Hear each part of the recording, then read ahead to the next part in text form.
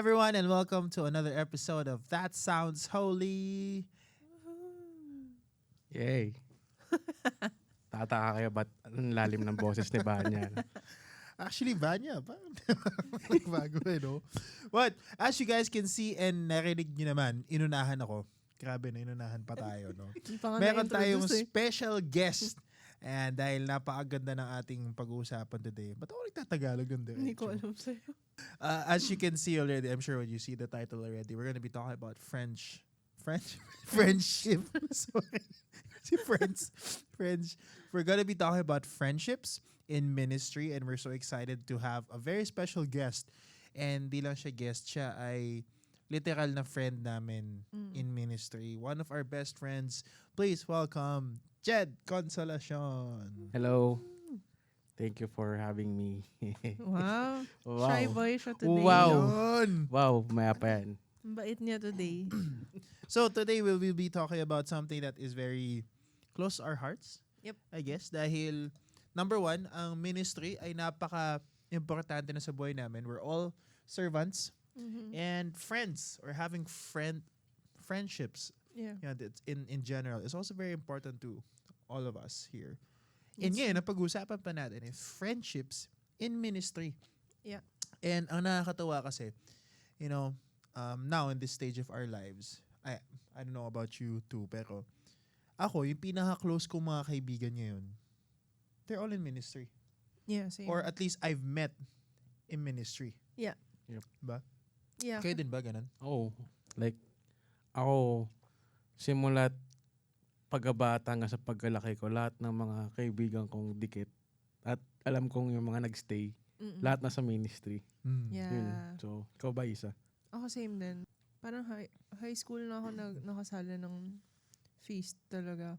Pero, like the people that stuck with me and the people that I still consider my closest friends now are the people na in our terms, nasalpak together. Yeah. Na napilitang magsama-sama sa isang grupo, sa Ah. feast, ganyan. So, yeah.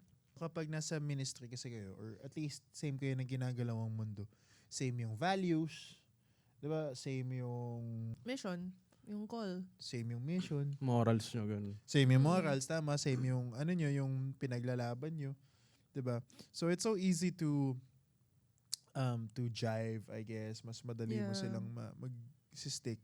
Pero at the same time, kapag dahil nga nasa ministry ka na, dahil nasa isang safe space ka na, parang for me, extremes eh. Mas masaya kasi mas heavily rooted kayo in faith. Pero kapag nag-away-away naman kayo, mas malalim. Ewan ko, para sa akin, mas malalim naman din siya.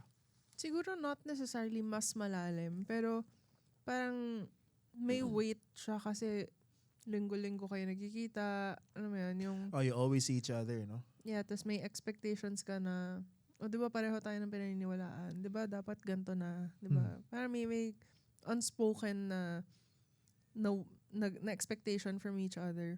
Yeah. So yun siguro, to start the discussion, para mas meron tayong foundation. Ano yung mga challenges na na-experience ninyo in terms of yung mga friendships in ministry? Siguro ako,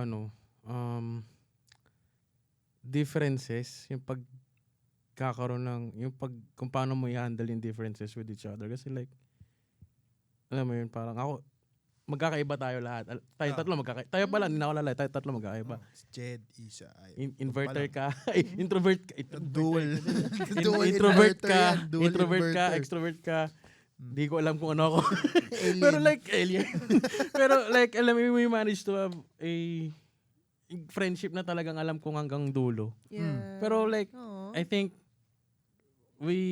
yung siguro yung pag-settle lang, yung parang pag-handle lang ng differences, especially in service. Kasi, iba-iba yung, lalo na sa ministry tayo, diba?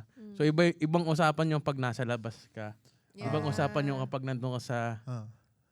ministry. For example, so kung kilala nyo si Zach, ganyan, kapag may hindi ako tamang ginawa sa, or at least siguro di ako nag-aral, ganyan, hindi tama yung parts na tinugtog o ganyan, nandun siya sa certain friendship or relationship na pwede niya akong Pwede niya akong pagsabihan na, ganun. may anong ginagawa mo? Ba't di ka nag-aral? Parang, Mm. pero I think kailangan mo nandun ka sa certain level of friendship or relationship para Right. masabihan mo yung tao na yun na ganun. So, ako naman, siguro naging challenge siya sa akin kasi di naman lahat ng tao close ko, di ba? Yeah. So, kailangan mo meron kang certain level of communication dun sa tao na yun. Yung compromise din yun. Siguro yung differences. Ganun. I think parang very important yung sinabi ni Jed na kailangan mauna yung friendship eh. Bago yung correction, bago yung, alam mo yun, parang hindi ka pwedeng, parang, ano ba yan? Alam mo yan, yung pag hindi na-meet yung expectations mo, especially when it comes to ministry na, of course, you want to give excellence kasi syempre, mission to eh. Di ba? Parang when we lead worship or when we, anything else, like Any kunyari, ministry, social media. Kami ni Jed, we work together in social media. Kung, dahil magkaibigan kami, kung kunyari, kukulitin ko siya na, Jed, hindi pa natin nagagawa to, ganyan. Hindi ko, based on experience. Pero, okay lang, kasi hindi ko siya dadalhin na, kunyari, magkita kami outside of Salcedo, outside of the feast. Tama. Hindi ko pwedeng parang nagsasaya tayong lahat tapos biglang, wait, Jen, di mo pa na ano yung ganito, blah, blah. Kasi parang kumbaga, friendship will always come first. And there always has to be a foundation na yun muna. Kumbaga, at the same time, hindi rin pwede na walang grasya. Kasi nga, yun yung pinaka-foundation ng friendship eh. Na Ministry kaya nga tayo nga. nagkasama-sama dahil nasa ministry tayo. Tapos, hindi kita pwedeng bigyan ng grace for something that you weren't able to do. Diba? Right. Kasi I think, hindi, I guess, pasok na rin siya sa challenge is that kapag naging friends kayo, it's one to be co-servants or to be in the same ministry and then magle-level up yun into friendships, ganyan. Or LG, ganyan, yan. Tapos, I'm sure, hindi lang tayo yung sa atin nangyari ganito, pero yung friendship nyo, lalabas na outside ministry. Yeah. Like outside the feast, outside church. True. Your friendship will now grow into other, pero ngayon, dahil sa ministry, posibleng same kayo eh. Literal na same ang service or same ang goal nyo as a music ministry or same within the community. Pero outside ministry ba, same din kayo ng klaseng mundong alam mo yun? Parang posibleng pag Sabado, Linggo, or when you're at the feast, tayo, parehas tayong creative. Creative tayo, musicians tayo.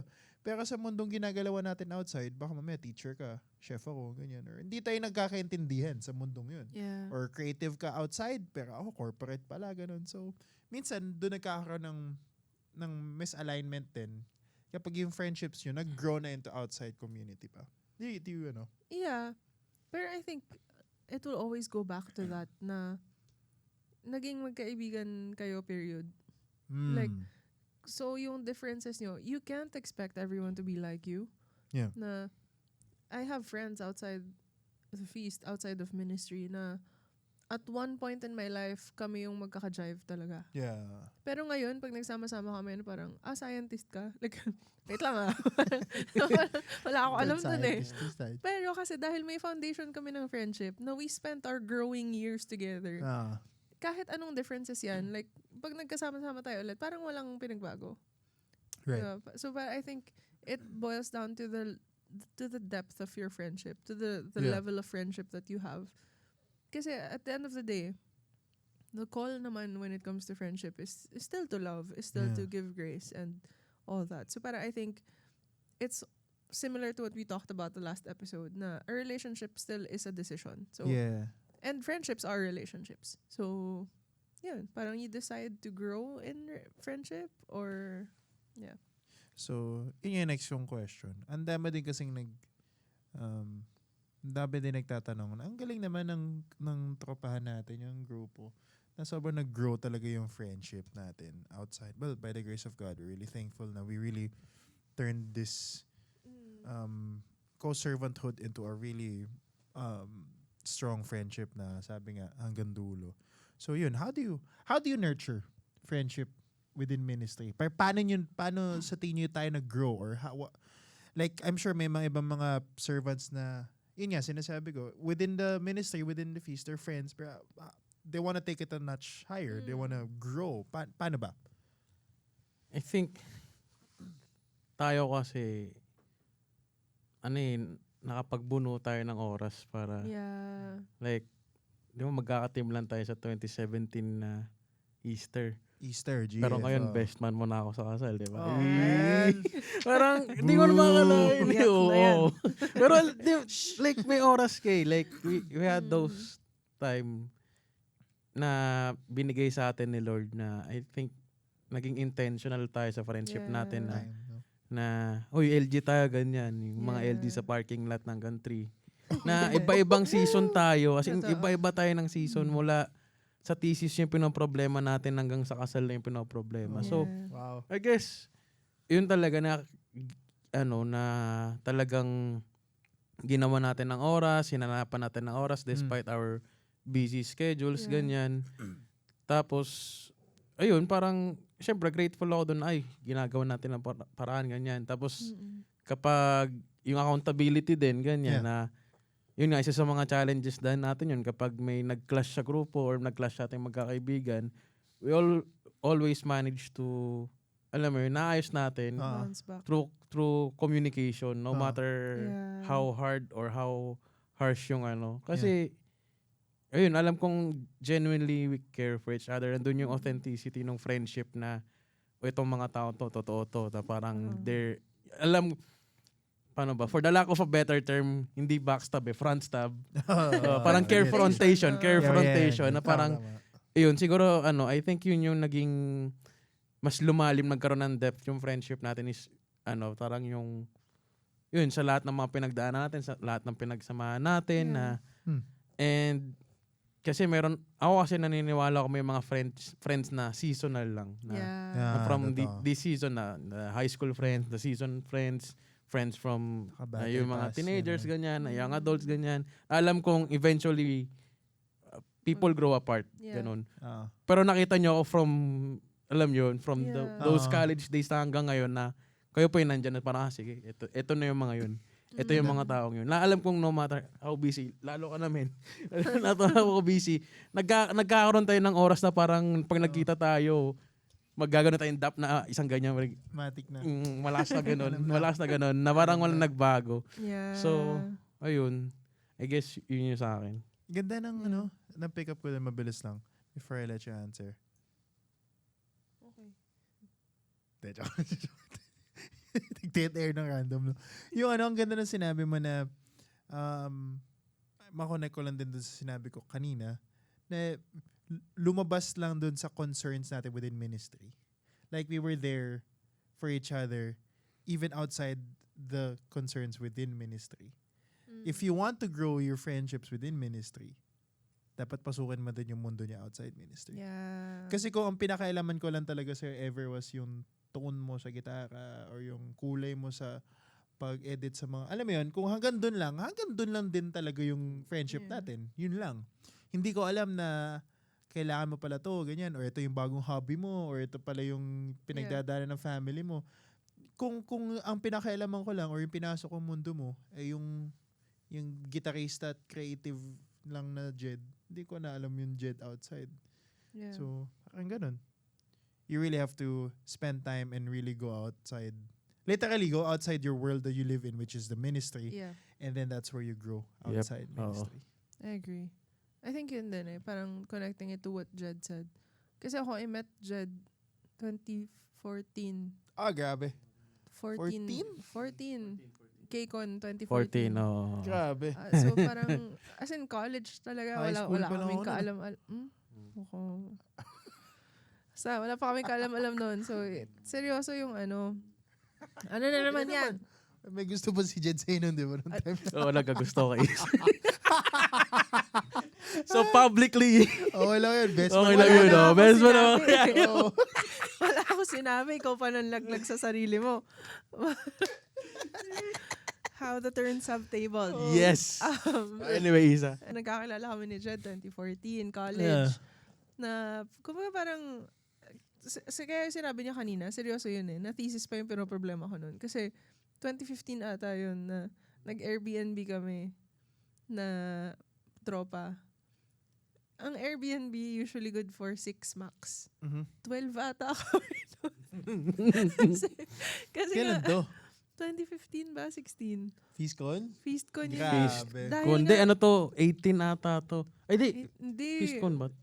17 Oh, or basta 16. mga ganun, Kasi between those syempre years. mga college kids kami, wala kaming pera. Kailangan. Kailangan, literal, 2 sa sofa, 4 sa Saya. kama. may po- Sandwich, ganyan. man. Grabe. Kasi wala kaming pera. So Oo. parang, I feel like, dahil dun sa mga pinagdaanan namin na gano'n, na, minsan nakakatawa, yung iba Yeah. nakakainis, yung iba, alam mo yun, ngayon, pag pinisip mo, tatawa ka na lang, pero nung time na yun, problemado ka.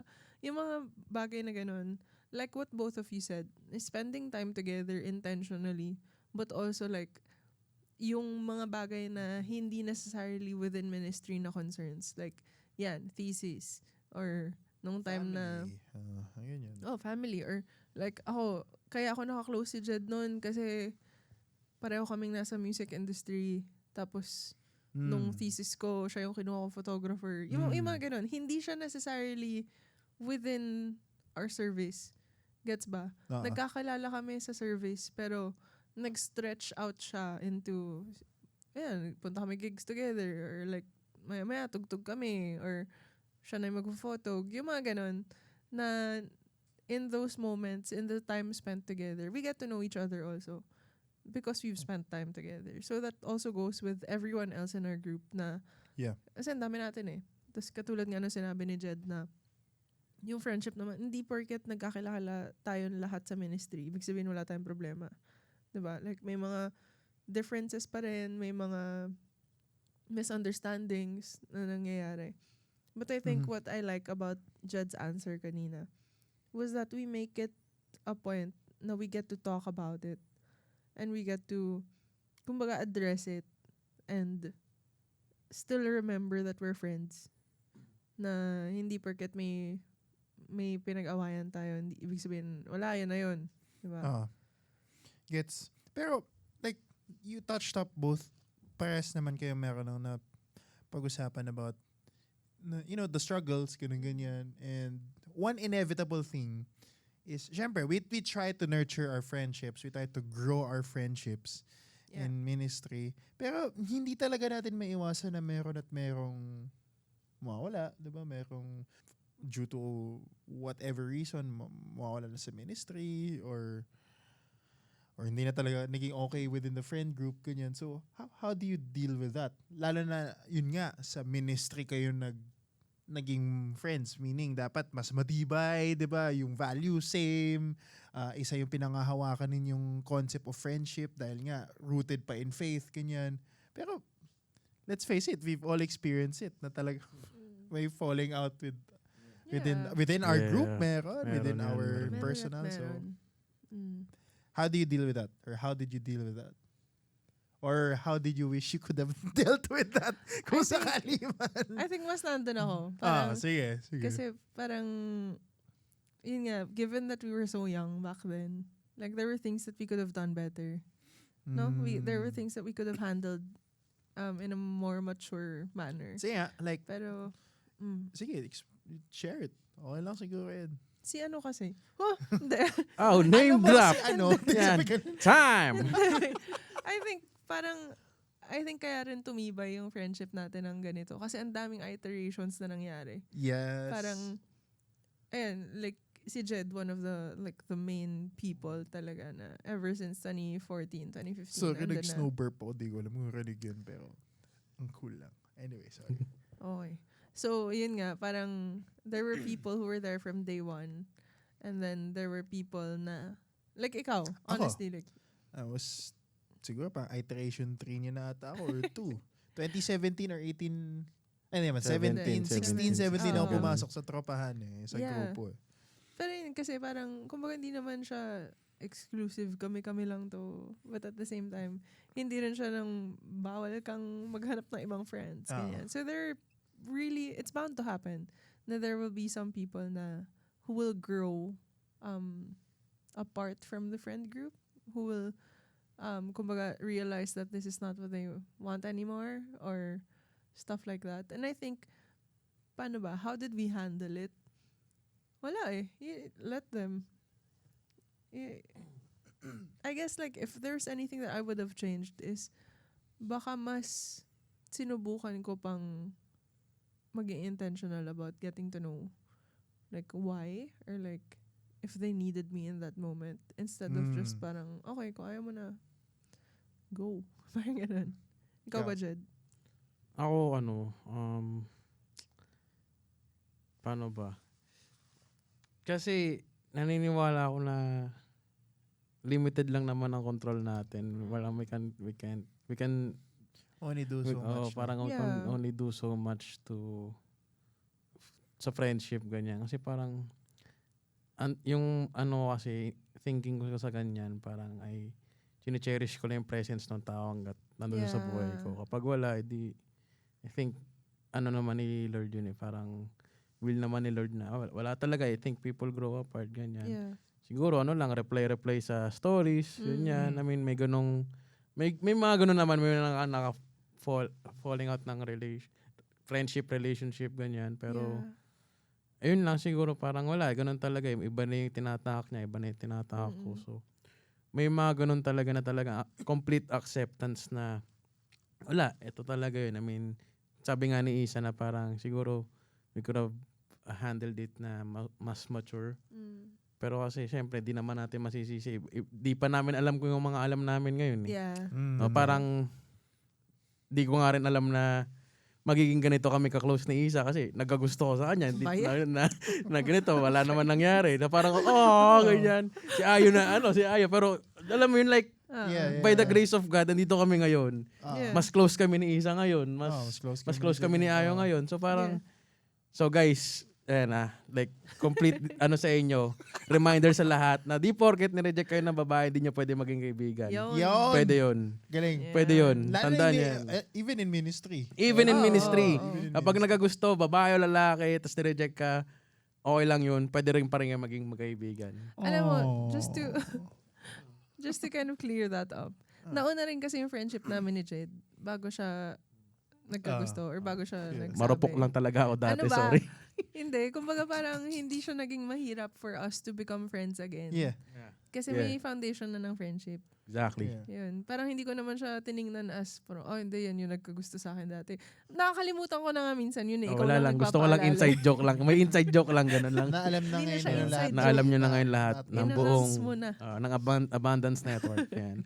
Yeah. Pero yun, I think that the foundation is really important. So, Yeah. like even when Jed said na parang there are people who grow apart, that doesn't or fall out.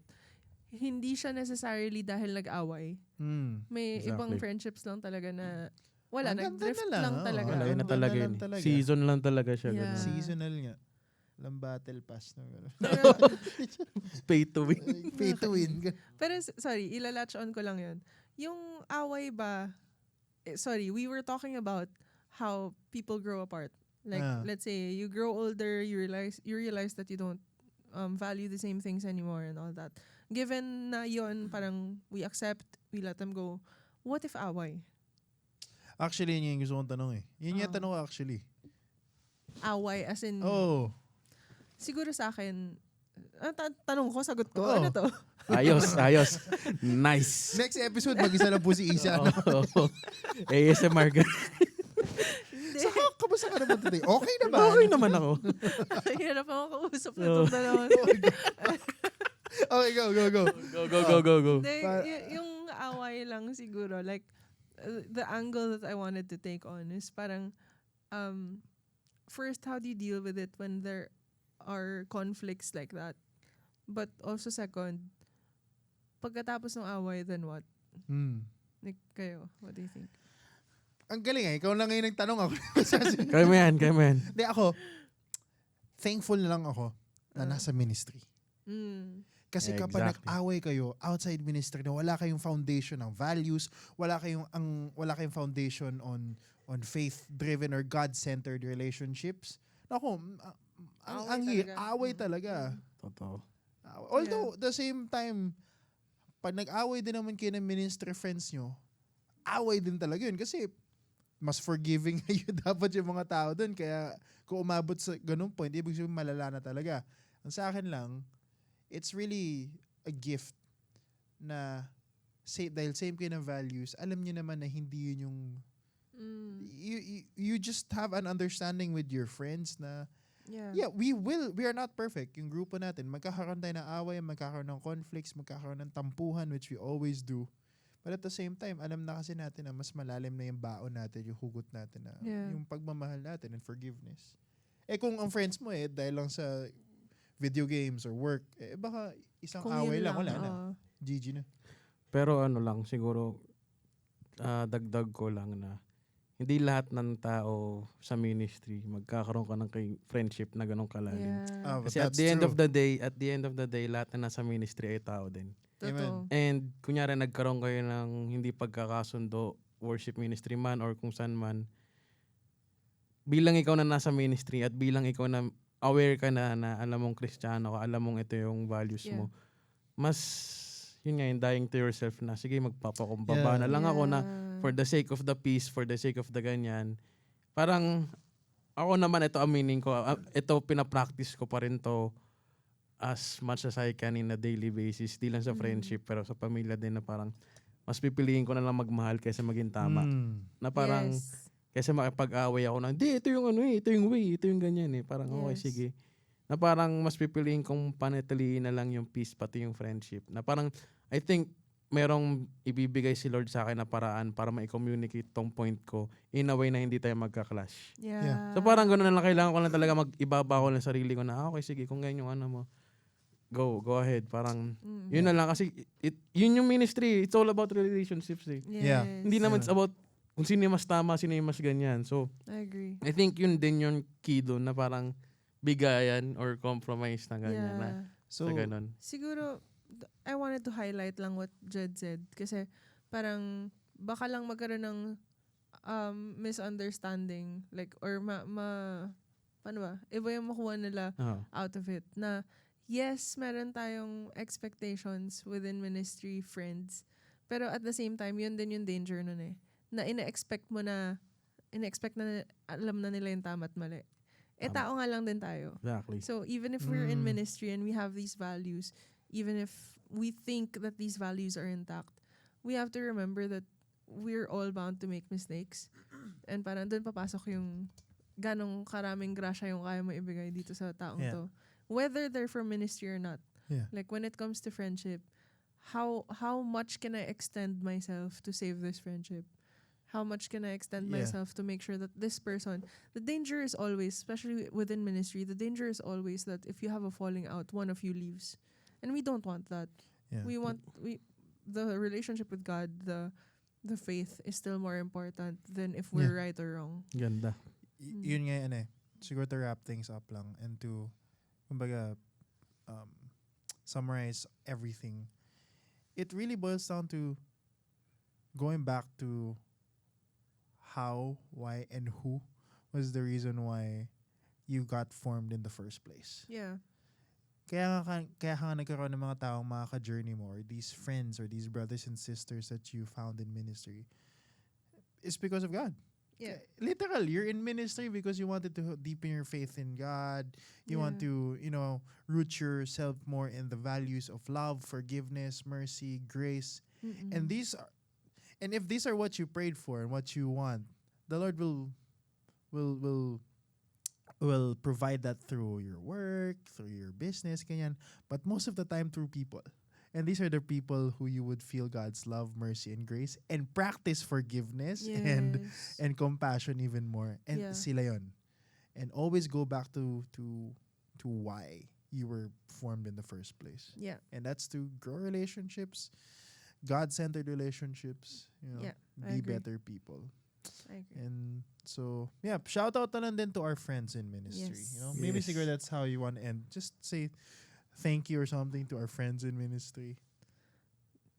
Thank you, friends in ministry.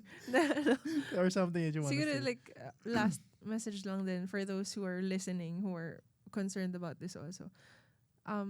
Friendships don't tolerate. If you see something wrong, speak up about it. Like what Jed said kanina, confront, carefront. Better to come from you na kaibigan niya kaysa sa iba niya marinig. Yeah. That's one. But also like thank your friends. Don't take them for granted. So dahil dun, hello friends from ministry. Thank you. Jed, last. Siguro, malalaman mo naman kung sino yung real ones. Parang binigyan naman tayo ni Lord ng konsensya para malaman kung sino talaga yung talagang nandyan. Is, sa akin, nalaman ko yun nung nakikita ko yung pagmamahal ng Diyos sa kanila. In a human embodiment form. Ganyan. Gusto ko nararamdaman na parang, ay, okay. Buhay ang Diyos, may friends ako. Ganon, parang ganon. Parang ganon, parang ganong. Ganong, So, yun. Malalaman mo naman kung sino yung totoo sa hindi. Yun. Yeah. Dahil, yun. Sabi nga niya, dahil kay Lord. Yun lang. Thank you. Thank you, guys. And we're also praying for you, Donuts. I hope that you also find friends the same way that we found our friends in ministry.